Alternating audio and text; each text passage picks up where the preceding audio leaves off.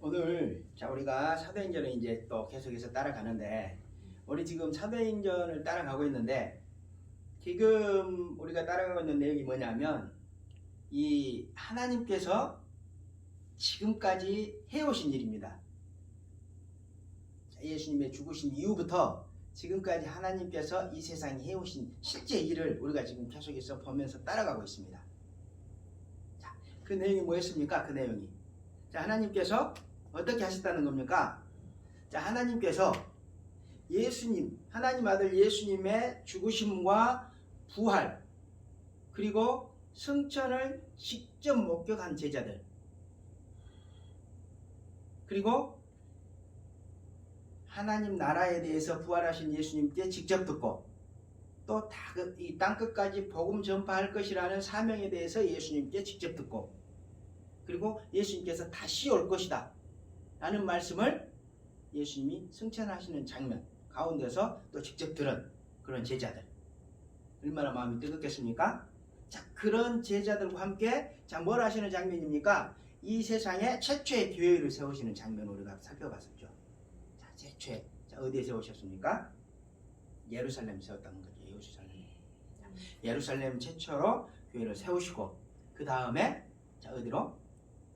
유대, 그리고 사마리아, 그리고 안디옥까지. 하나님께서 실제로 그런 일을 행하셨다는 겁니다. 그냥 이런 일이 있었다 우리가 그렇게 생각하는 게 아니고, 하나님께서 그런 일을 실제로 행하셨다. 이 지도 지금 수천 번 이렇게 그리는데, 하나님께서 뭘 하셨다는 겁니까? 여기 갈릴리 바다 사해, 이건 요단강이죠. 요단강. 제일 처음에 예루살렘에 교회를 세우시죠.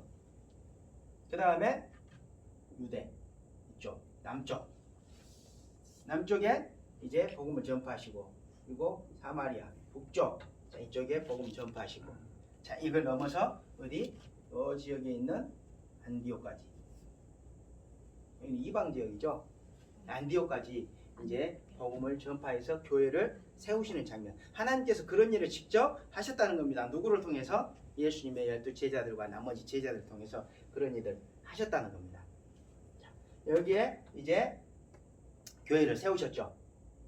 여기에서 이렇게 넘어가고, 그리고 또 이렇게 사실은 또 넘어가는 거죠. 여러 가지 과정이 생략되어 있지만, 이런 일을 하나님께서 이렇게 하셨다는 겁니다.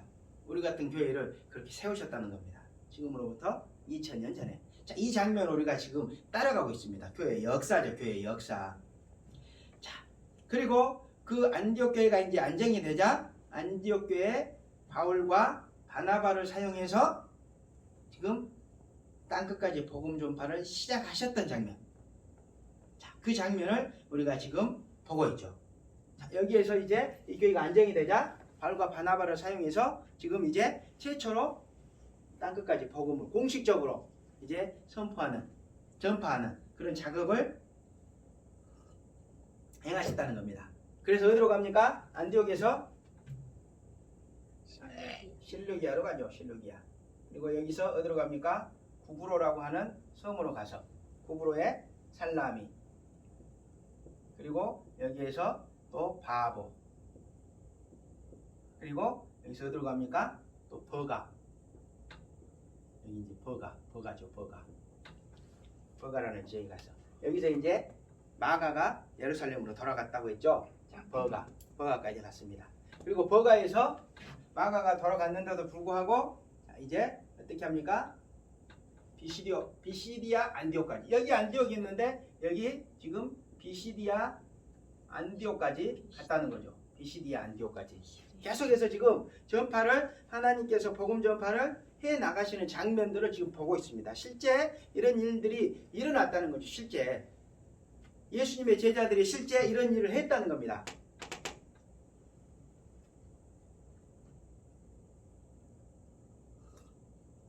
그래서 바다도 건너고 죽을 고비도 건너고 해서 이제 안디옥까지, 이때 보면 성경에서 또 네 분도 있었죠. 여러 가지 교회 안팎으로 문제가 있었지만 결국 안디옥까지 가서 이제 바울이 설교를 할 수 있는 기회를 얻죠.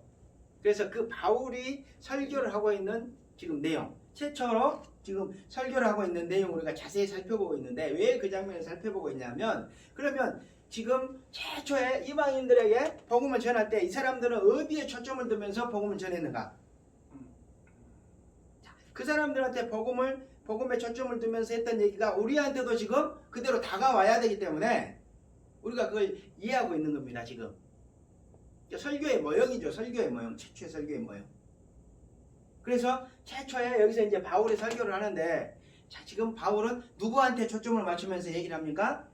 유대인들도 있고 이방인들도 있지만 이방인들을 꼭 집으면서 유대인들과 너희 이방인, 자, 이렇게 찍으면서 자, 이방인들에게 초점을 맞추면서 지금 얘기를 하는 거죠. 하나님을 경외하는 사람들, 이스라엘 사람들과 하나님을 경외하는 사람들, 그러니까 하나님을 경외하는 이방인들, 자, 이 사람들을 지금 초점 맞추면서 지금 얘기를 시작을 한다는 거죠.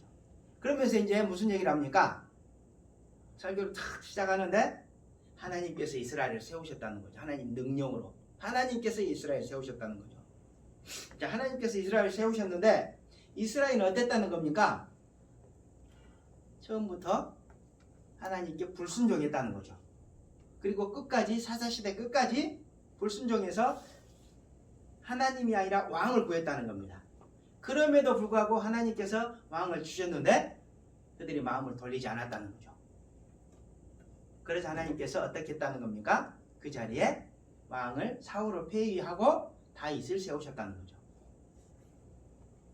그러니까 이스라엘의 불순종, 강조하는 것은 뭡니까? 이방인에 지금 초점을 맞추고 있는 거죠. 자, 그러면서 지금 중요한 것은 다윗을 세우셨는데 그 다윗을 통해서 하나님께서 약속하신 구주 예수님을 예비하셨다는 거죠. 중요한 건 이제 그거죠. 하나님께서 다윗을 통해서 약속하신 구주 예수님을 예비하셨다. 그러니까 구주 예수님이 이제 등장을 하는 겁니다. 자, 그러면서 이제 그 예수님을 자, 어떻게 이제 증거하기 시작합니까? 예수님이 그 구세주가 맞다는 것을 세례 요한, 그 당시에 가장 유명하고 영향력이 있었던 세례 요한을 통해서 증거를 하죠. 자, 세례 요한이 뭘 했습니까? 물 세례를 베풀었다는 거죠. 물 세례. 근데 세례 요한이 뭐라고 했습니까? 물 세례를 베풀었는데 내 뒤에 오시는 분은 성령으로 세례를 베푸는 분이다. 그러면서 나는 그 사람의 신발끈 풀기도 감당하지 못할 사람이다. 그러니까 자기는 물 세례고 지금 성령 세례를 줄 사람을 예비하고 있다는 거죠. 그러니까 물 세례는 성령 세례 주실 예수님을 예비하는 세례 요한의 준비 사역이었다는 겁니다. 이것도 다 구약에 예언이 되어 있었죠. 그러면서 그 세례 요한이 입으로도 그랬다는 거죠. 자기는 그 분을 감당하지 못할, 신발끈 풀기도 감당하지 못할 그런 미미한 존재다.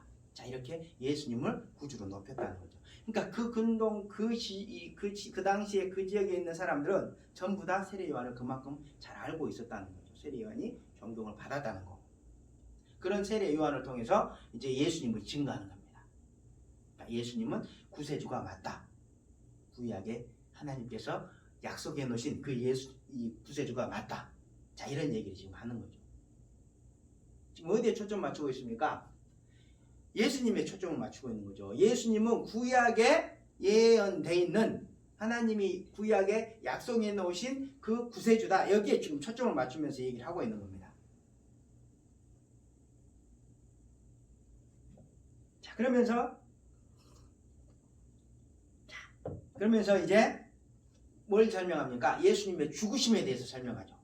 예수님의 십자가에서 죽으심에 대해서 이제 설명합니다. 그 예수님의 십자가의 죽으심 사건은 유대인들이 하나님과 하나님의 말씀, 예수님과 하나님의 말씀을 알지 못해서 저지른 일이었다. 이렇게 얘기하죠. 또 누구를 좀 깎아내립니까? 유대인들 깎아내리고 이방인들을 살짝 높이는 분위기죠. 지금 선교 현장에서 지금 복음이 이제 모든 만민들의 것이다. 우리들의 것이다. 지금 이렇게 선포를 하는 겁니다. 지금. 자, 그러면서 그렇지만 그런 유대인들의 행동, 이스라엘 사람들의 행동은 구약 말씀을 성취시키는 역할을 했다는 거죠. 그건 역시 구약에 다 예비된, 예언된 일이었다는 거죠. 그러니까 예수님은 철저하게 구약에 예비된, 구약 성경에 예비된 그런 존재, 구세주라는 겁니다. 지금. 그리고 예수님은 실제로 죄가 없지만 어떻게? 구약 말씀을 성취시키기 위해서 자신을 죽여달라고 하신 거라는 거죠. 자, 그런 얘기를 이제 쭉 합니다. 그리고 나서 그리고 그렇게 돌아가신 예수님을 나무에서 내려서 무덤에 장사 지냈다. 자, 이런 일이 실제로 있었다는 거죠. 실제로. 자, 계속해서 지금 뭘 강조합니까? 예수님은 구약에 예언되어 있는 그 존재시다.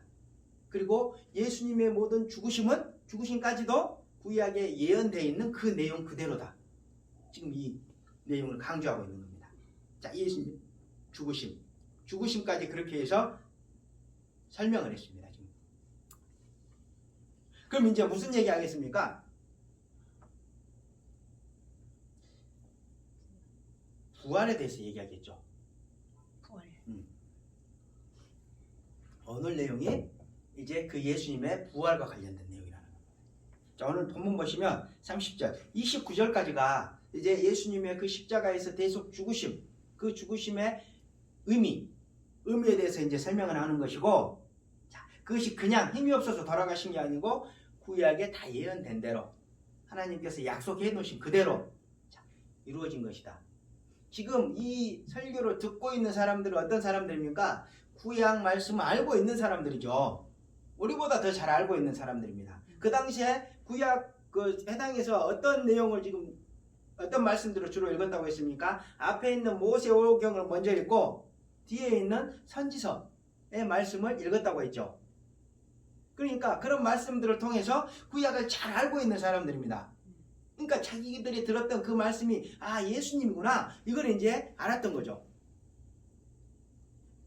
자, 그래서 그 죽으심은 구약에 그렇게 예비되었던 예수님의 죽으심이다. 주로 어디에서 나왔다고 했습니까?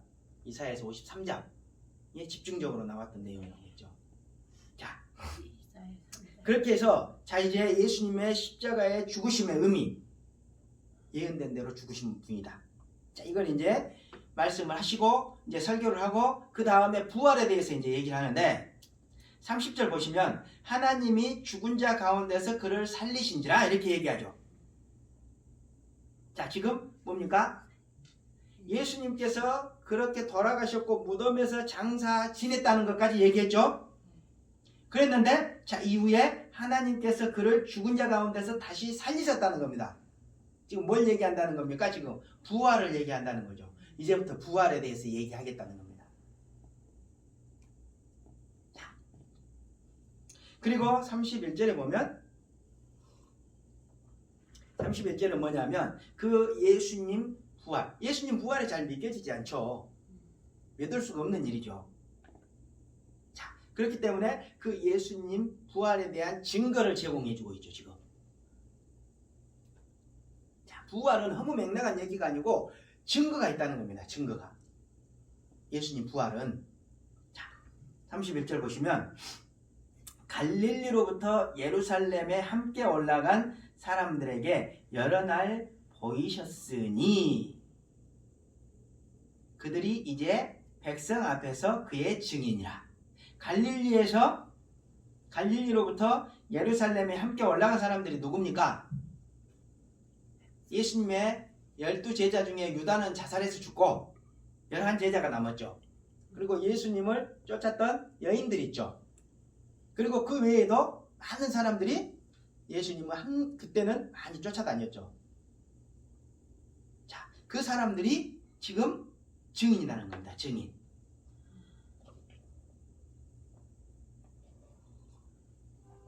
자, 부활해서 예수님께서 여기서 지금 예루살렘에서 돌아가시죠. 그래서 제자들한테 어디로 가라고 합니까? 갈릴리로 가라고 그러죠. 자, 갈릴리에서 제자들 여기서 이제 만납니다. 그래서 여기서 다시 이제 이쪽으로 올라온 거죠.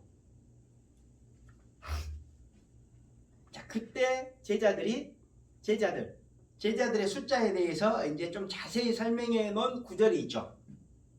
어디냐면 지금 사도 바울의 설교인데 나중에 이제 사도 바울이 또 다른 서신서를 이제 쓰게 되는데 어디에 있냐면 고린도 전서 15장에 있습니다. 그 부분 한번 볼까요?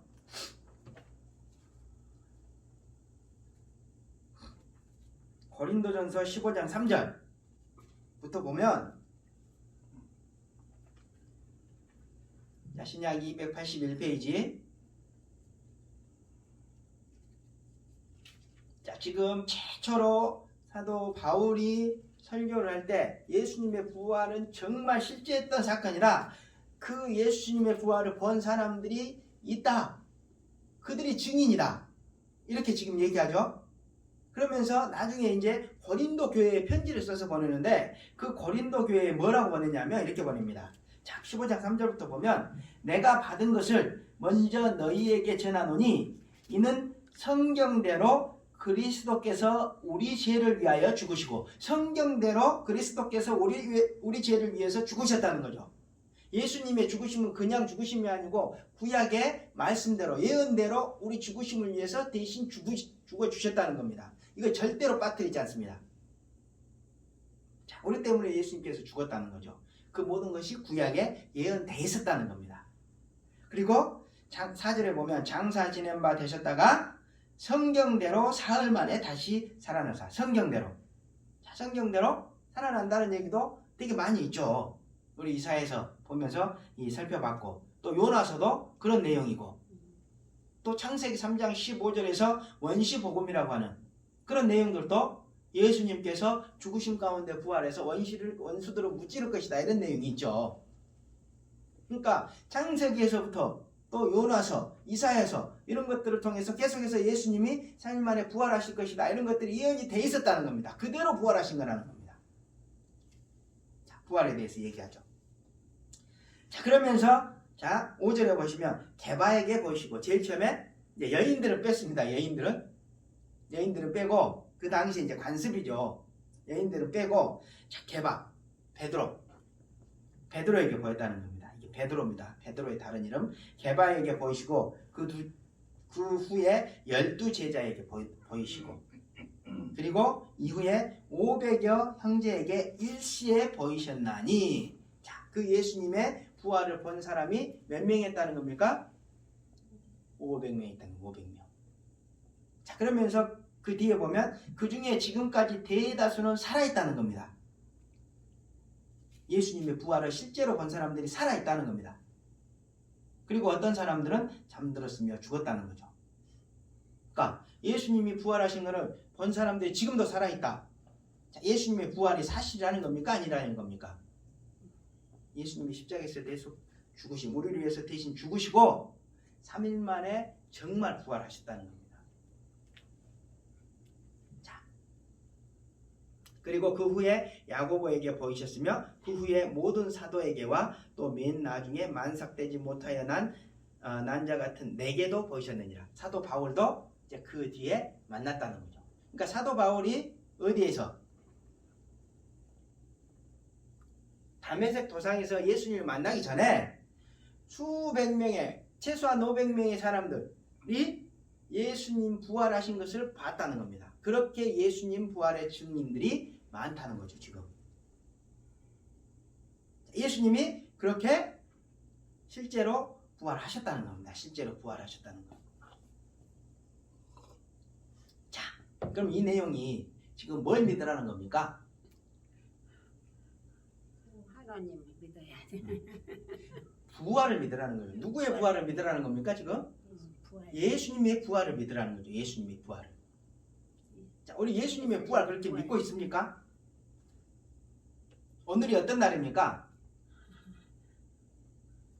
왜 주일입니까? 주일이. 예수님이 부활하신 날, 그 기쁜 날. 그래서 주일입니다. 오늘 새벽에 예수님이 부활하셨습니다. 자, 예수님의 부활. 우리가 예수님의 십자가도 항상 잊지 말아야 되지만 예수님의 부활도 항상 잊지 말아야 됩니다. 우리가 예수님과 함께 그렇게 죽었고 예수님과 함께 부활했다는 그 사실을 우리가 절대로 잊지 말아야 된다는 거죠. 그리고 지금 이 내용을 얘기하는 것은 그리스도의 부활도 믿으라는 얘기지만 그 다음에 뭘 믿으라는 내용이냐면 12절 한번 볼까요? 그리스도께서 죽은 자 가운데서 다시 살아나셨다 전파되었거늘 너희 중에 어떤 사람들은 어찌하여 죽은 자 가운데서 부활이 없다 하느냐. 어찌하여 죽은 자 가운데서 사람들이 부활하는 일이 없다고 얘기하느냐. 지금 많은 사람들은 부활이 있다. 부활을 믿지 않았다는 거죠. 예수님의 부활도 믿지 않았고 사람들의 부활도 믿지 않았다는 거죠. 자, 그러면서 20절에 보면 그러나 이제 그리스도께서 죽은 자 가운데서 다시 살아나사 잠자는 자들의 첫 열매가 되셨도다. 사망이 한 사람으로 말미암았으니 죽은 자의 부활도 한 사람으로 말미암는도다. 죽은 자의 부활도 한 사람으로 말미암는다는 거죠. 그러니까 나머지 다른 사람들도 부활을 한다는 겁니다. 우리도 부활을 한다는 겁니다. 지금 얘기를 듣고 있는 사람들도. 고린도 교회 사람들이 뭘 믿지 않았다는 겁니까? 부활을 믿지 않았다는 겁니다. 예수님의 부활은 그래 그럴 수 있어 이렇지만 자신들의 부활을 믿지 않았다는 겁니다. 지금. 그러니까 그 얘기를 하기 위해서 예수님의 부활 증인이 있다. 예수님이 부활했으면 예수님으로부터 너희도 부활한다. 너희의 부활도 믿으라는 거죠. 그러면서 뭐라고 얘기합니까? 22절에 보면 아담 안에서 모든 사람이 죽은 것 같이 그리스도 안에서 모든 사람이 삶을 얻으리라. 모든 사람이 부활한다는 겁니다. 부활. 나도 부활한다는 겁니다.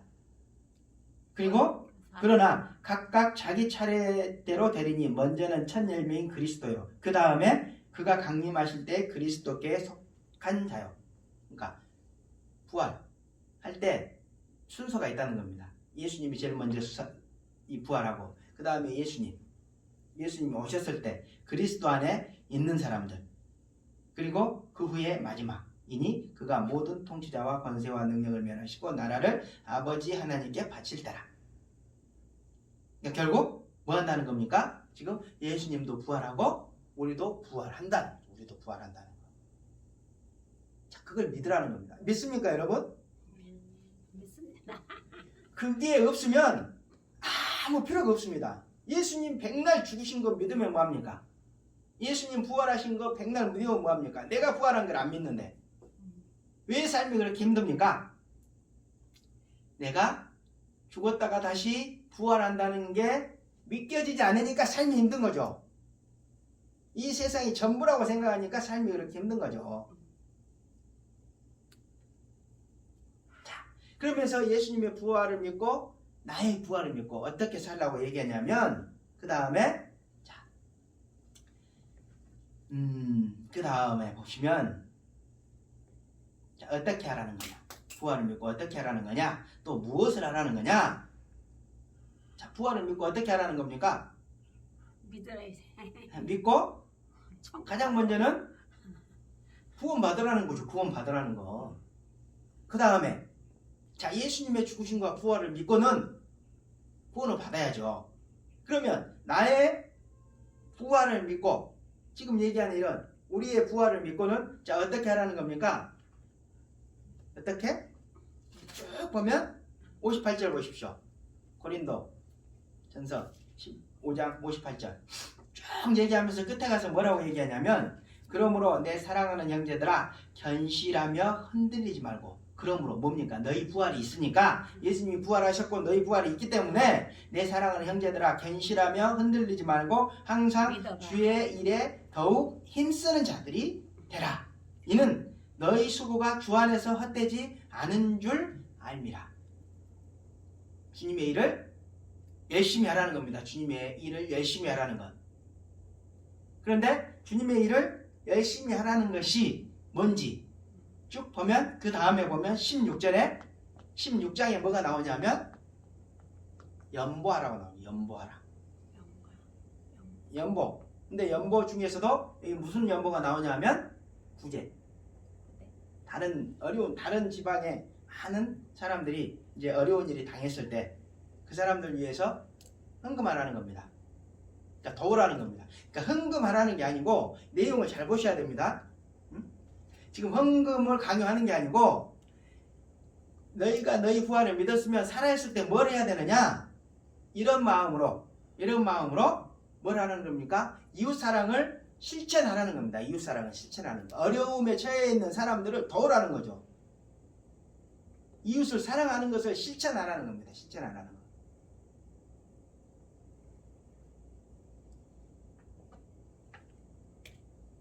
쭉 내용을 읽어보면 그런 내용입니다. 사실. 그러니까 결국 성경은 성도들에게 예수님의 죽으심과 부활에 대한 분명한 확신을 가지라는 거죠. 그리고 그 확신을 가지고 이 세상의 삶에 있어서 삶을 살아가면서 사랑의 실천을 강조하고 있는 것이죠. 그림을 크게 보면 그렇기 때문에 자, 우리도 지금 성경이 말하고 있는 대로 예수님의 부활 그리고 우리의 부활에 대한 확신을 가져야 됩니다. 그리고 사랑의 실천을 행동에 옮기면서 살아야 된다는 거예요. 내가 아무리 힘들고 어려워도 내 부활이 있고 내가 천국에 들어간 것을 확신하고 그것에 감사하며 기쁘게 살아간다면 다른 사람을 도울 수 있겠습니까? 없겠습니까? 도와야지. 있죠. 네, 우리가 그런 마음이 없기 때문에 내가 현실만 보고 있기 때문에 여유가 없는 거죠. 여유가. 하나님은 멀리 보고 이미 예비해 놓으신 하나님의 나라를 보고 너희의 부활을 생각하고 세상을 좀 여유 있게 살아라 그렇게 얘기하지만 우리는 눈앞에 현실만 본다는 거죠. 자, 그렇게 했을 때 우리가 예수님의 부활을 통해서 나의 부활을 보고 또 나의 부활을 정말 확신하고 그 이후의 삶에 대해서 우리가 확신을 가질 때 우리가 사랑을 실천할 수가 있는 거죠. 능력이 생기는 거죠. 자, 이런 의미가 담겨 있는 게 예수님의 부활의 의미입니다. 하여튼 자, 지금 뭔 얘기하다 거기까지 갔습니까? 지금 증인이 있었다는 거죠. 증인. 예수님 부활이 그러니까 있었다는 거죠. 예수님이 정말 부활하셨다는 겁니다. 증인이 있었다는 겁니다. 자, 그런데 32절에 보면 이제 뭐라고 얘기합니까? 자, 오늘 보면 32절에 보면 우리도 조상들에게 주신 약속을 너희에게 전파하노니. 자, 지금 예수님이 부활하셨고 그 부활에 대한 증인이 있다고 얘기했죠. 그런데 본인들이 지금 뭘 얘기하겠다는 겁니까? 우리도 조상들에게 주신 약속. 여기서 이제 조상들에게 주신 약속은 뭡니까? 그러면 예수님 부활과 관련된 구약 말씀이죠. 예수님 이 부활과 관련된 구약 말씀을 너희에게 전하겠다는 겁니다. 지금 예수님이 부활하셨다. 그리고 증인이 있다. 자, 그런데 우리도 그것이 구약에 예언된 일이었다는 것을 너희에게 알려주겠다는 겁니다. 알려주겠다는 거. 계속해서 지금 뭘 강조합니까? 예수님의 부활에 집중적으로 지금 강조하는 거예요. 알려줘야지.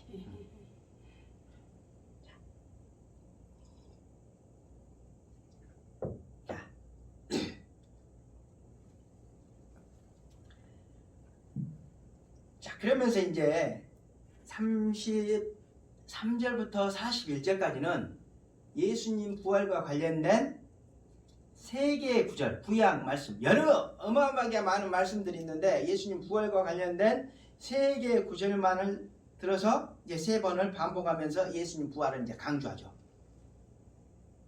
자, 33절 보십시오. 33절 보시면 자, 곧 하나님이 예수를 일으키사 우리 자녀들에게 이 약속을 이루게 하셨다 함이라 이렇게 얘기하죠. 그러니까 하나님께서 예수를 일으키셨다. 지금 다시 한번 얘기해 주죠. 자기들이 지금 본인들이 지금부터 얘기할 내용이 뭐라는 겁니까? 예수님 부활과 관련된 내용이라는 겁니다. 이걸 다시 한번 지금 얘기해 주죠. 그러면서 우리 자녀들에게 이 약속을 이루게 하셨다 이렇게 얘기하죠. 자, 이 얘기는 뭡니까? 그 예수님의 부활의 수혜자가 누구라는 겁니까? 예수님 부활로 인해서 은혜를 받는 사람이 누구라는 겁니까? 혜택을 받는 사람이 우리 자녀들. 그러니까 유대인의 자녀들이기도 하고 유대인이기도 하고 이방인들이기도 하고 지금 설교에 듣고 있는 유대인들, 이방인들 그리고 그들의 자녀들이라는 거죠. 지금. 그러니까 지금 내용은 뭐냐면 바울은 지금 예수님 부활의 수혜 대상자들, 혜택을 입는 사람들의 그 대상을 유대인을 넘어서 이방인들과 그 자녀들에게까지 지금 확대하고 있죠. 예수님 부활로 인해서 너희 자녀들까지 혜택을 입을 것이다. 이 얘기입니다, 지금. 자, 그러면 이 구절의 현대적인 의미는 뭘까요? 자, 실제적인 우리 삶에 적용되는 의미는 뭘까요? 뭡니까? 자, 우리 자녀들에게 이 약속을 이루게 하셨다. 그 당시의 사람들도 그 자녀들이 혜택을 입을 것이고, 자, 우리 시대 우리에게 적용되는 내용은 뭡니까? 우리뿐만 아니라 우리의 자녀들 역시 예수님 부활의 수혜자라는 거죠. 그래서 결국에는 우리와 우리 자녀들 모두가 예수님처럼 부활해서 어디에서? 천국에서 함께 살게 된다는 겁니다.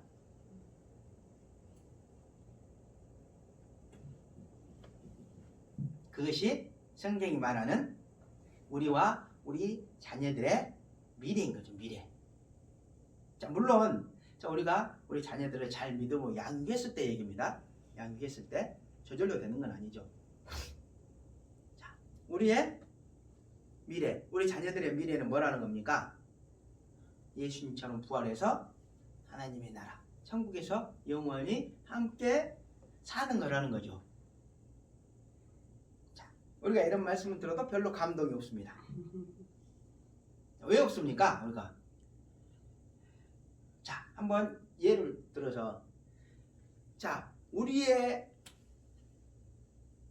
미래가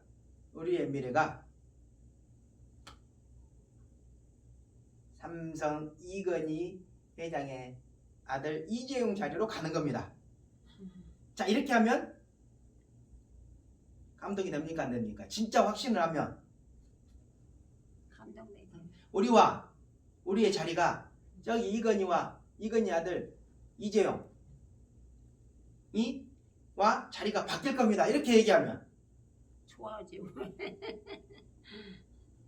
그리고 이게 분명히 확신이 된다면 어떻습니까? 더 기쁘고. 5년 뒤에 확신한다면 무조건 그렇게 될 것이다. 무조건 그렇게 된다면 우리 마음에 어떤 마음이 들겠습니까? 마음이 허무하지. 허무해. 그렇지만 지금 우리는 그 삼성이라는 재벌과 하나님 나라를 비교할 수 있을까요? 없을까요? 비교할 수 없죠. 그만큼 우리가 뭐에 대해서 제대로 현실적으로 받아들이지 않고 있다는 겁니까? 하나님의 나라에 대해서 그만큼 현실적으로 우리 삶에서 이해하고 있지 못하고 있다는 얘기죠. 자, 이 사람들은 어땠을까요? 이 사람들 지금 얘기를 듣고 있는 이 사람들 달랐습니다. 그 얘기를 듣자마자 나중에 보면 이웃 사람들에게 전부 다 가서 다음 주에 자리를 꽉 채웁니다. 모든 사람들 다 데리고 옵니다. 야, 저것만 들으면 이렇게 된다는 거야. 자, 이 내용이 이제 오늘 하게 될지 다음 주에 하게 될지 그 내용을 들으면 그 사람들은 그런 감동이 있었다는 겁니다. 왜? 하나님은 아니지만 신과 너무나 가까운 생활을 하고 있었기 때문에. 그렇지만 우리는 지금 어떻습니까? 뭐하고 가까운 생활을 하고 있습니까? 세상하고 너무 가까운 생활을 하고 있죠. 하나님 나라 생각합니까? 그럴 겨를이 어디 있습니까 지금? 자, 우리 모두가 그렇게 살아가고 있다는 겁니다 지금. 자, 이것이 우리의 문제인 거죠. 그러니까 이런 말씀들을 들으면서 자, 우리를 어떻게 바꿔 나가야 될 것인가? 하나님이 말씀하시는 그런 모든 내용을 얼마만큼 현실로 받아들일 것인가? 내 믿음이 어느 정도 수준인가? 이걸 생각해야 된다는 겁니다. 그리고 그 성장을 위해서 우리가 기도를 해야 된다는 거죠.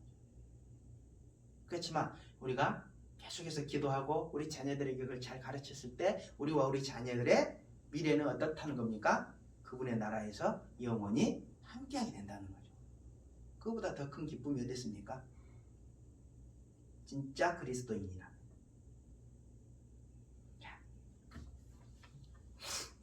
자, 그러면서 아직 이제 본론이 안 들어갔습니다. 첫 번째, 자, 지금 바울이 뭐라고 얘기했습니까? 이제부터 우리도 조상들에게 주신 약속을 너희에게 하나님의 말씀을 전하겠다 이렇게 얘기했죠. 하나님 말씀이 지금 한 구절도 안 나왔습니다. 자, 그러면서 어떤 말씀을 주냐면, 자, 그 다음에 어떤 말씀을 줍니까? 지금 34절을 보면 내가 33절을 보면 너는 다시 33절 처음부터 읽어보면 곧 하나님이 예수를 일으키사 우리 자녀들에게 이 약속을 이루게 하셨다 함이라 하고 나서 시편 2째 편에 기록한 바와 같이 너는 내 아들이라 오늘 너를 낳았다 하셨고, 자, 이렇게 얘기한다는 거예요. 자, 지금 이 말씀이 무엇과 관련된 구절이라는 얘기입니까? 너는 내 아들이라 오늘 너를 낳았다 하셨고, 자, 이 말씀이 32절과 연결해 보면 우리도 조상들에게 주신 약속을 너희에게 전파한다. 지금 바울이 구약에 예언된 예수님의 부활의 말씀을 하겠다고 하고 이 말씀을 준 거죠, 지금. 그러면 이 말씀이 무엇과 관련된 얘기입니까? 예수님의 부활과 관련된 말씀이죠. 자, 너는 내 아들이라 오늘 너를 낳았다. 이 말씀을 하셨다는 겁니다. 그러면 이 구절이 정확히 예수님의 부활과 관련된 하나님의 계시의 말씀이었다는 겁니다. 자, 맞죠? 자, 그러면 시편 우리 2장 7절로 가보겠습니다. 시편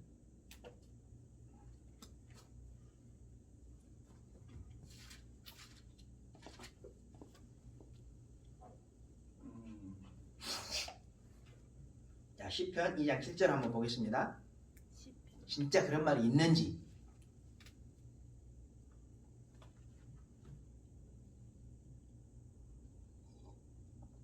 자, 시편 2장 7절을 보면, 자, 내가 여호와의 명령을 전하노라.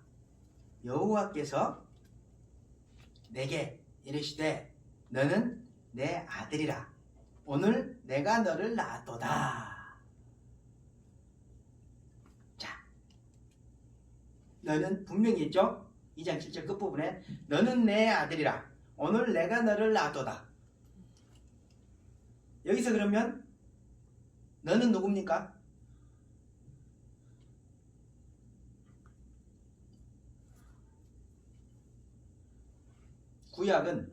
신약은 구약의 해설서입니다. 해설서. 자, 너는 누구라는 겁니까? 그러면 지금 바울의 설교 말씀에 따르면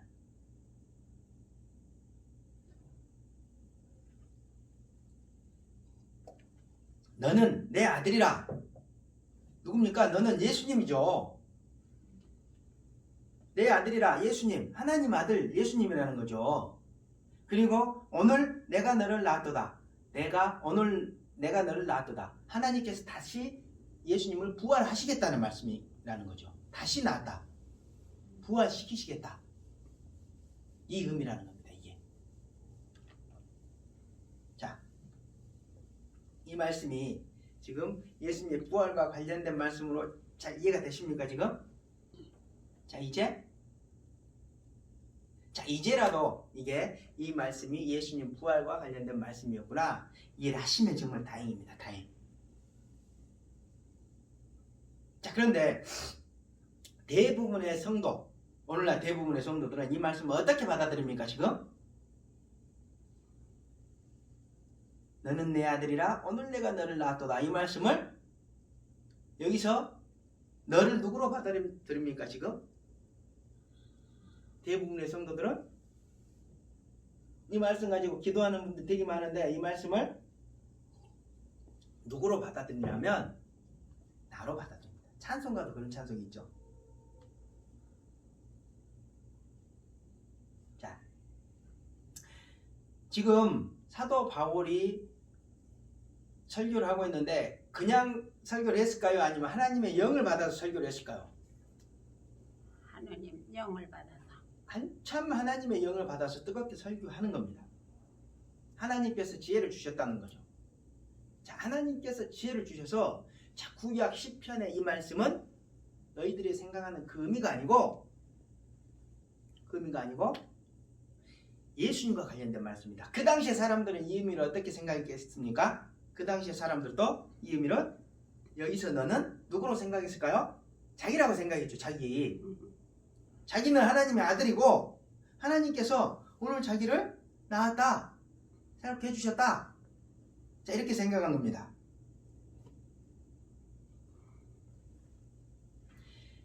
자, 그래서 이 말씀을 내가 하나님께 무엇인가를 구하면 하나님께서 나에게 응답해 주시는데 그 응답의 내용이 8절 9절이라고 생각합니다. 그 당시의 사람들도 그랬고 지금 사람들도 그렇습니다. 자, 보실까요? 8절 9절. 내게 구하라. 내가 이방 나라를 내 유업으로 주리니 내 소유가 땅끝까지 이르리로다. 내가 철장으로 그들을 깨트리며 질그릇같이 부수리라 하시는도다. 자, 7, 8, 9장 연결해서 생각해 보면 하나님께서는 이 의미를 예수님의 부활과 관련된 말씀으로 주셨는데 사람들, 당시의 사람들이나 지금 사람들은 이 말씀을 나라고 생각한다는 얘기죠. 나. 그래서 내가 하나님께 뭔가를 구하면 하나님께서 나에게 이방 나라를 내 유업으로 주고 내 소유가 땅끝까지 이르게 하고 내가 철장으로 모든 것을 이길 수 있는 그런 능력을 주신다는 거죠. 그렇게 생각한다는 겁니다. 그 당시의 사람들도 그렇게 생각했다는 겁니다. 근데 사도 바울의 얘기는 지금 그게 아니라는 거죠. 자, 다시 정리해 보면 실제의 의미는 하나님께서 자신의 아들 예수님을 죽음에서 부활시키겠다는 계시의 말씀을 주셨습니다. 그랬을 때 8절과 9절은 무슨 의미입니까? 부활하신 예수님의 권세죠. 이 세상 모든 만물들을 소유하시고 궁극적인 승리를 하실 것이라는 예수님의 부활하신 예수님의 권세를 얘기하는 겁니다.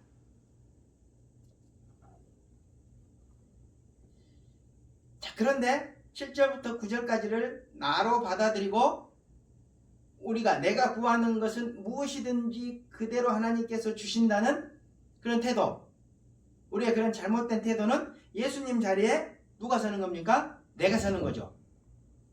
신성모독이죠. 신성모독. 자, 하나님께서는 그런 사람들에게 어떻게 말씀하시는가? 그 뒤에 말씀 한번 볼까요? 10절부터 보시면 10절부터 12절까지 보시면 그런즉 군왕들아 너희는 지혜를 얻으며 세상의 재판관들아 너희는 교훈을 받을지어다. 여호와를 경외함으로 섬기고 떨며 즐거워할지어다. 그의 아들에게 입맞추라. 그렇지 아니하면 진노하심으로 너희가 길에서 망하리니 그의 진노가 급하심이라. 여호와께 피하는 모든 사람은 다 복이 있도다. 이렇게 얘기합니다. 자, 여기서 군왕, 재판장들, 그럼 누구를 의미하는 걸까요? 자, 10절에 그런즉 군왕들아 너희는 지혜를 얻으며 세상의 재판관들아 너희는 교훈을 받을지어다. 자, 군왕, 재판관들. 자, 누구겠습니까? 우리 성도들을 의미하는 거죠. 왕같은 제사장들. 신약시대 베드로 2전서 2장 9절에서 얘기하죠. 자, 성도들을 의미하는 겁니다. 성도들에게 뭐라고 얘기하시냐면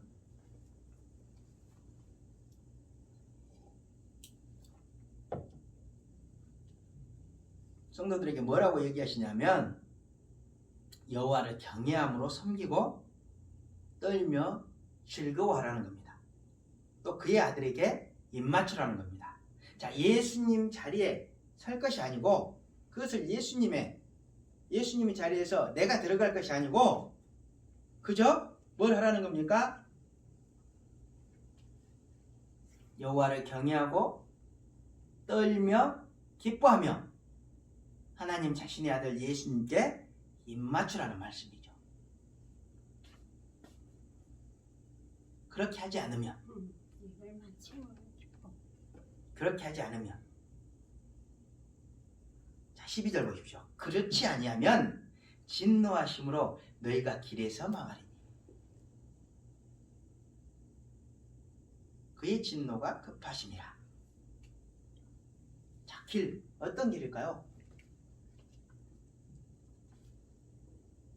길 우리가 하나님 나라로 가는 길이죠. 우리가 그 마지막 영화의 길로 가는 길에서 구원의 길에서 유기될 수 있다는, 버림을 받을 수 있다는 겁니다. 어떻게 하면? 내가 자꾸 예수님 자리에 서서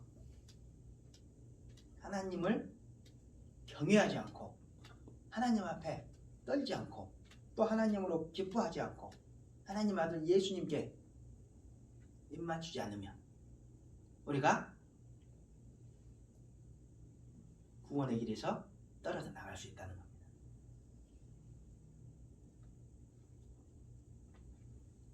그런데 계속해서 우리는 그런 길을 걸어왔던 거죠. 지금도 많은 사람들이 그렇게 해가고 있죠. 하나님을 경외하고 예수님께 입 맞추는 것보다 뭘? 당장 내가 능력받아서 내가 모든 문제를 해결하고 내가 다른 사람보다 잘 살고 이런 데 눈이 멀어 있다는 겁니다. 지금. 자, 그렇지만 반대로 성도가 그런 급박한 상황, 문제 상황에 직면했을 때 이 말씀대로 하나님을 경외하고 또 예수님께 입맞추며 하나님께 피하기만 하면 어떻게 하신다는 겁니까? 여호와께 피하는 모든 사람은 12절에 다 복이 있도다.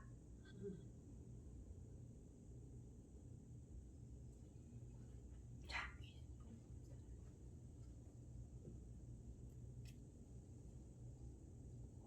이 복 역시 어떤 복입니까? 세상적인 복입니까?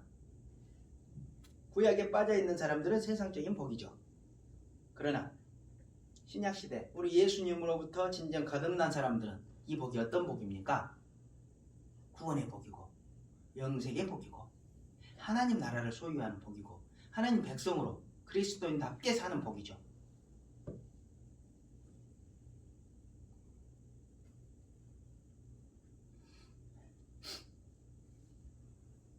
자, 이런 말씀이 있습니다. 이런 말씀이 있어. 그렇기 때문에 우리가 이런 말씀들을 잘 기억하면서 자, 우리는 어떤 문제의 상황에 직면하더라도 자, 눈앞에 문제만을 바라보면서 우리가 능력을 받아서 우리가 그 문제를 직접 그리고 당장 해결하려고 조급해하지 말고 그 이전에 먼저 하나님을 회복하고 또 예수님을 회복하고 그 임재 앞에 온전히 나아갈 수 있는 성도들이 되어야 된다는 겁니다. 그리고 그렇게 하기만 하면 우리 하나님께서는 우리의 피난처가 되어주시고 우리의 피할 바위가 되어주시고 우리의 산성이 되어주신다고 지금 약속의 말씀을 주시고 계시는 거죠. 문제를 바라보지 말고 문제보다 뭘 보라는 겁니까? 지금 예수님과 하나님을 바라보라는 거예요. 예수님과 하나님.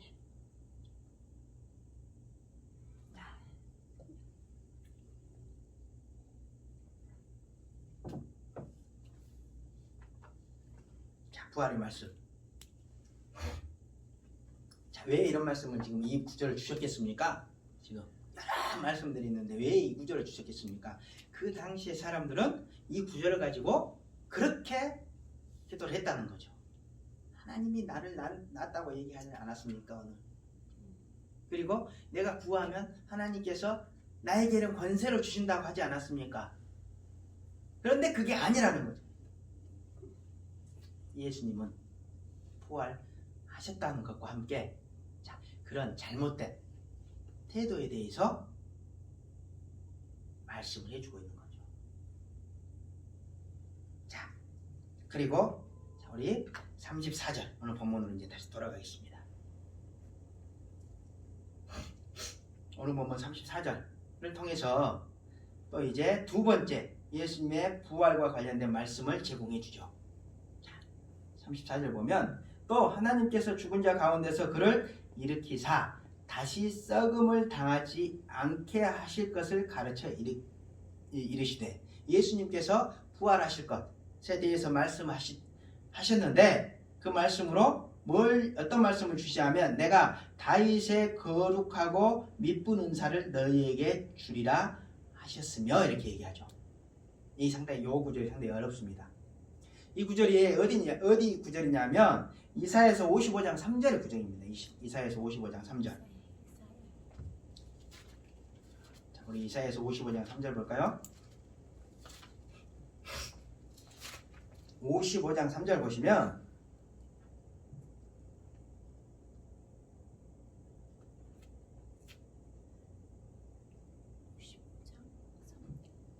자, 지금 3절은 이 34절은 무슨 말씀입니까? 지금 하나님께서 예수님의 부활과 관련해서 그 부활과 관련된 계시의 말씀으로 이사야서 55장 3절의 말씀을 주셨다는 거죠.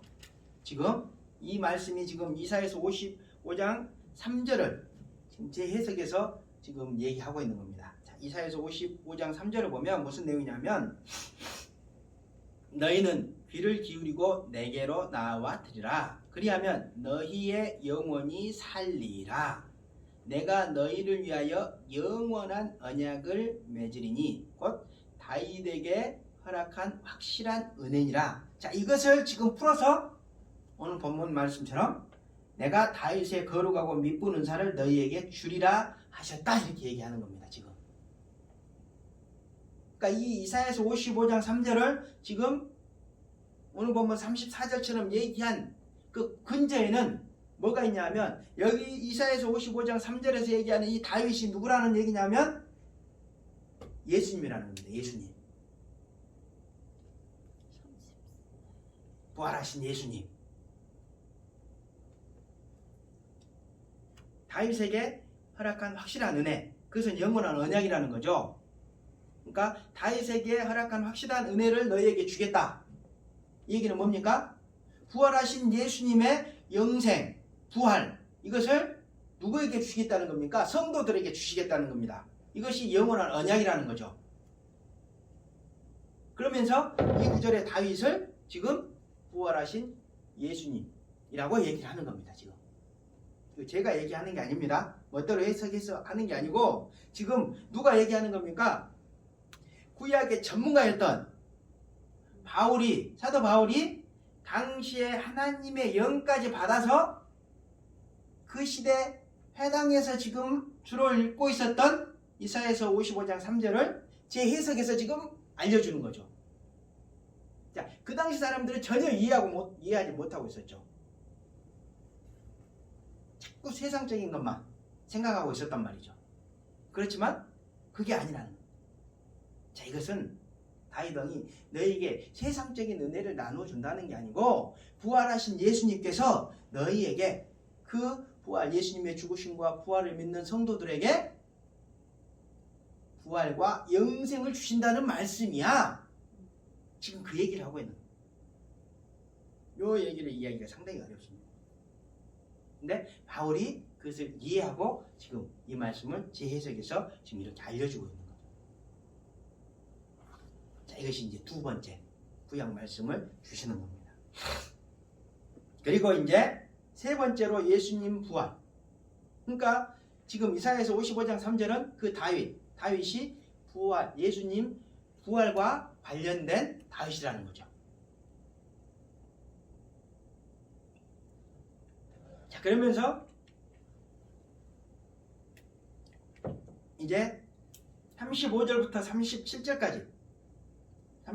37절까지는 이제 예수님 부활과 관련된 세 번째 근거 구절. 세 번째 근거 구절을 이제 제시해 주는 거죠. 자, 35절 보시면 또 다른 시편에 일렀으되 주의 거룩한 자로 썩음을 당하지 않게 하시리라 하셨느니라 이런 말씀을 주셨다는 거죠. 그러니까 구약의 시편에 다윗이 시편 16장 10절에 나오는 말씀인데 구약 16장 10절에 다윗이 이런 말씀을 기록해 놓고 있는데 어떤 말씀이냐면 주의 거룩한 자로 썩음을 당하지 않게 하시리라. 자, 이런 말씀을 기록해 놓고 있는데 자, 여기서 주의 거룩한 자는 누구냐면 다윗 자신이 아니고 예수님이라는 겁니다. 예수님. 난해하죠? 근데 이게 제가 하는 얘기가 아니고 지금 하나님께서 구약을 해석하는 방법을 이렇게 알려주시는 겁니다. 지금 우리가 시편을 읽을 때 그리고 잠언을 읽을 때 어떻게 읽습니까? 자꾸 내가 힘들 때 이게 내 얘기라고만 있는데 그게 내 얘기가 아니라는 거죠. 예수님의 부활과 관련된 얘기고 항상 부활과 연결해서 하나님의 나라를 바라보면서 그 시편을 읽어야 된다는 겁니다. 그걸 하지 않고 자꾸 나에게만 시편과 잠언 이런 것들을 나에게만 바로 적용해서 읽으면 어떤 오류에 빠집니까? 현실의 문제만 바라보고 문제가 해결이 되지 않으면 낙담하게 된다는 거죠. 그렇지만 예수님의 부활을 항상 바라보면서 우리가 그 말씀을 적용을 해도 나에게 적용하면 현실의 문제가 해결되지 않더라도 진짜는 어디에 있습니까? 하나님 나라가 있기 때문에 우리가 어떠한 고난의 파도로 만나더라도 우리가 흔들리지 않게 되는 겁니다. 자, 이 얘기를 지금 함께 해주고 있는 겁니다. 이게. 자, 그러면서 자, 왜 이 구절이 다윗이 아니고 예수님인가? 그 구절을 지금 36절과 37절을 통해서 얘기해 주죠. 36절과 37절 보면 다윗은 당시에 하나님의 뜻을 따라 섬기다가 잠들어 그 조상들과 함께 묻혀 썩음을 당하였으되 다윗이 이런 말을 쓰긴 했지만 다윗이 이런 시편을 써놨지만 실제적으로 다윗은 어떻게 됐다는 겁니까? 죽은 다음에 육체가 썩어 문드러졌다는 거죠. 그렇기 때문에 다윗은 아니라는 겁니다. 그 진짜 주인공이 다윗이 아니라는 겁니다. 그렇지만 하나님께서 살리시니 예수님은 썩음을 당하지 아니하셨다. 그러니까 예수님은 육체가 썩었습니까? 안 썩었습니까? 안 썩었죠. 돌아가시고 부활해서 그대로 부활하셨으니까 그 육체가 안 썩었죠. 자, 이 말씀은 그렇기 때문에 예수님에 대한 예언이라는 겁니다. 이 하나님의 지금 해석입니다. 하나님의 해석. 자, 이해가 되시죠?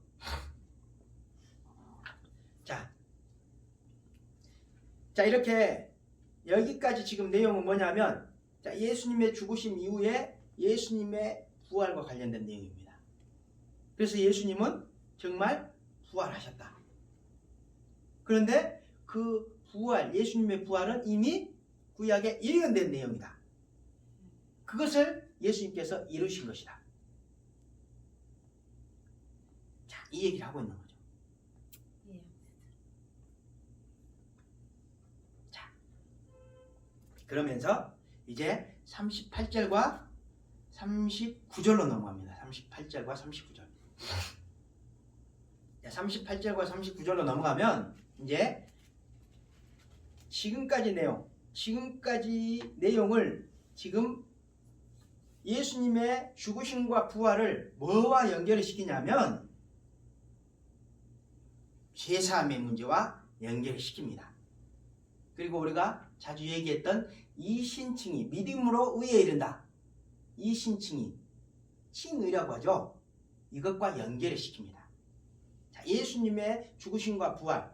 우리가 예수님의 죽으심과 부활을 믿으면 죄 사함을 받고 우리가 예수님의 죽으심과 부활을 믿으면 의롭게 돼서 구원을 받는다. 자, 이렇게 계속 얘기하고 들어오는데 이게 어디에서 나왔냐면 여기에서 나온 겁니다. 지금. 자,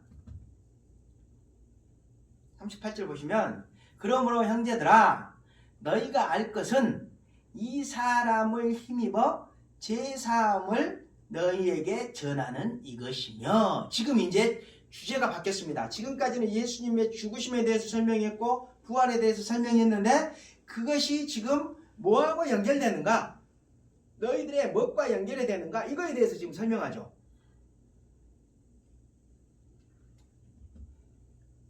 자, 하나님께서 로마서를 조직신앙이라고 하는데 바울 설교의 한 편을 보면 이 설교 한 편으로 모든 게 다 끝이 납니다. 사실. 자, 보십시오. 38절 보시면 형제들아 너희가 알 것은 이 사람을 힘입어. 지금 이 사람을 힘입어. 뭡니까? 예수님의 죽으심과 부활이죠. 이 사람은 예수님이죠. 예수님의 죽으심과 부활을 힘입어 제사함을 너희에게 전하는 이것이다. 그러니까 예수님의 죽으심과 부활이 자, 무엇과 관련된다는 겁니까? 우리의 죄의 문제와 관련된다는 거죠. 그래서 우리의 예수님의 죽으심과 부활로 인해서 우리가 죄가 사해진다는 겁니다. 사해진다는 거.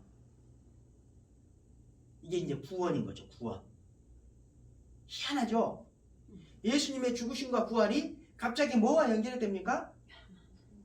우리의 죄의 문제와 연결되고 그것으로 인해서 우리 죄가 사해진다는 겁니다. 없어진다는 겁니다. 자, 어떻게? 39절 보면. 자, 또 모세의 율법으로 너희가 의롭다 하심을 얻지 못하던 모든 일에도 우리가 과거 있는 구약의 율법으로는 우리가 의롭다 하심을 얻지 못한다는 거죠. 죄인이라는 거죠. 그렇지만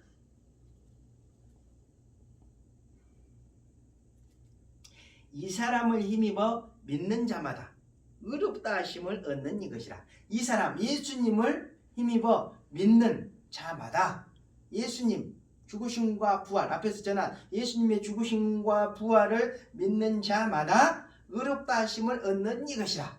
뭡니까? 어떻게 우리가 죄가 없어집니까? 예수님의 죽으심. 그러니까 예수님 그리고 예수님의 죽으심과 부활을 믿는 자마다 의롭다 하심을 얻는다. 그러니까 의로우신다는 거죠.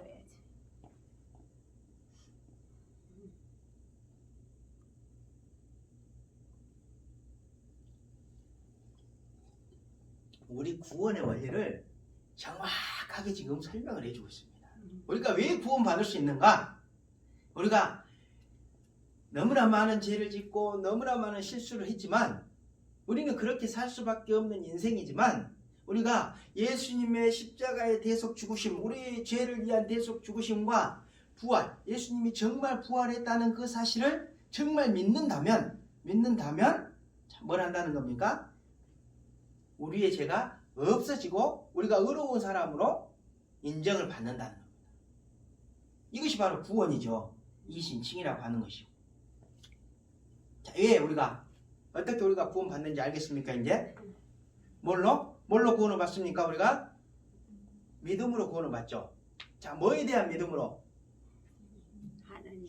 예수님의 우리를 위한 대속 죽으심. 예수님께서 내 죄를 위해서 나 대신 죽어주셨구나. 이거에 대한 믿음. 그리고 예수님께서 정말 나를 위해서 부활하셨구나. 이런 모든 것이 다 예언된 일이구나. 이것에 대한 믿음. 이것으로 우리의 죄가 없어진다는 겁니다. 우리가 구원을 받는다는 겁니다. 자, 말이 되는 얘기입니까? 안 되는 얘기입니까? 되란 말이죠. 우리가 들을 때는 말이 되죠.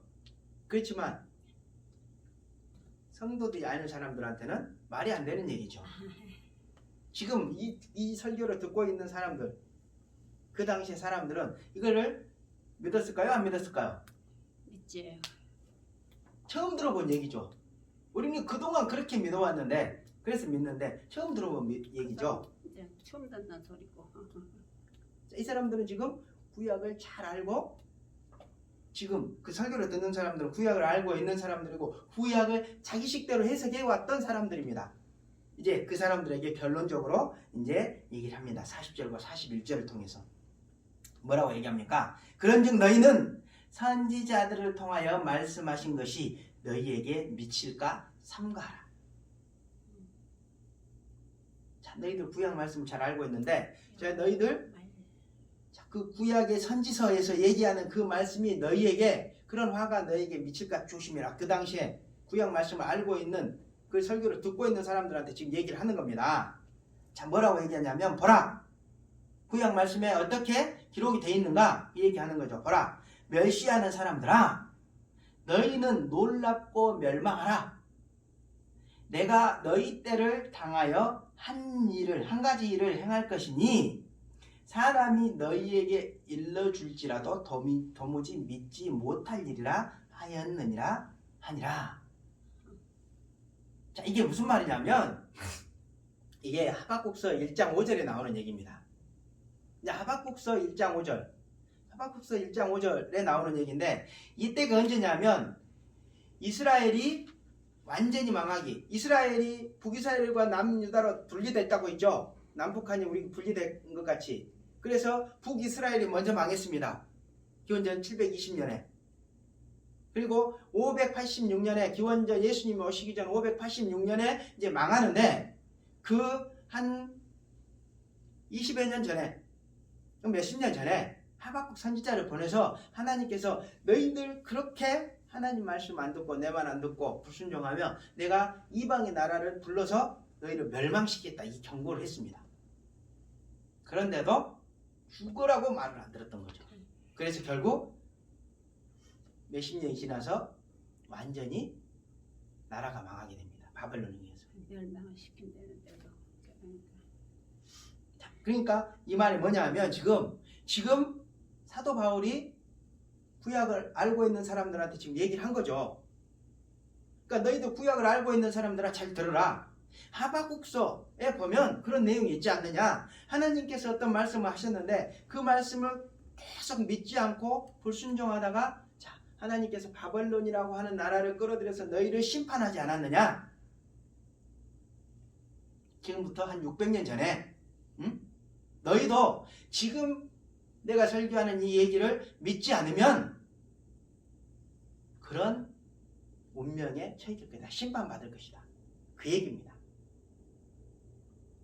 운명의 심판. 자, 지금 설교를 듣고 있는 사람들 중에 예수님과 예수님의 우리를 위한 희생, 십자가의 죽으심, 그리고 부활을 믿지 않아서 멸망하는 자들이 되지 말라는 겁니다. 지금. 자, 우리들에게도 주시는 음성이죠. 우리 그 사실을 믿습니까? 안 믿습니까? 우리에게는 흐려지지 말라는 겁니다. 흐려지지 말라는 거. 예수님의 십자가의 대속의 죽으심의 의미 항상 선명하게 기억하고 그 부활의 영광스러움 항상 기억하고 나 또한 부활할 것이라는 그 사실을 우리가 기억하며 살아가라는 겁니다. 살아가라는. 이것이 흐려지면 우리도 심판받을 수 있다는 겁니다. 자, 우리가 이 말씀을 잘 기억하고 우리 하나님 나라 갈 때까지 우리 믿음의 백성으로 정말 거룩하고 순결하게 우리 살아가시는 여러분들 되시기 바랍니다.